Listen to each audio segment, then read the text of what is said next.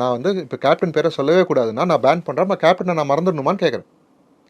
அவ்வளோ சிம்பிளாக தான் உங்கள்கிட்ட நான் திருப்பி கேட்குறேன். ஓகேங்களா? நான் வந்து ஒரு பேனரில் போடக்கூடாதுன்னு சொல்கிறீங்களா? விளம்பரங்களில் பயன்படுத்தக்கூடாது, அரசியல் விளம்பரங்களுக்கு பயன்படுத்தக்கூடாதுன்னு சொல்கிறீங்களா? அது வேறு.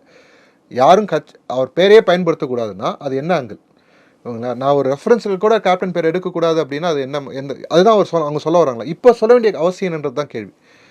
மதுரை விஜயகாந்த் ஐயாவுக்கு நல்ல மரியாதை இருக்கிற இடம், செல்வாக்கு இருந்த இடம். ஓகேங்களா? இப்பயும் இருக்குது.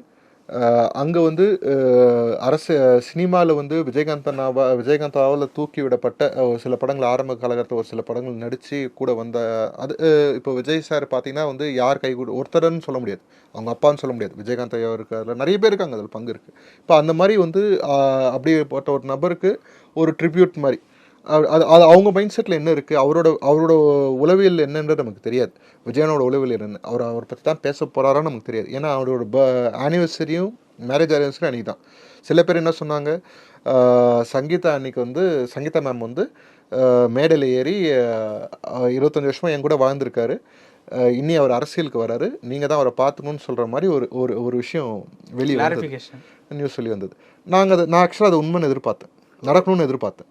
அப்படி நடந்தால் அது வேறு ஒரு டிராஸ்டிக்கலான இது, just imagination. Okay, whatever is gonna happen is gonna happen. ஓகேங்களா?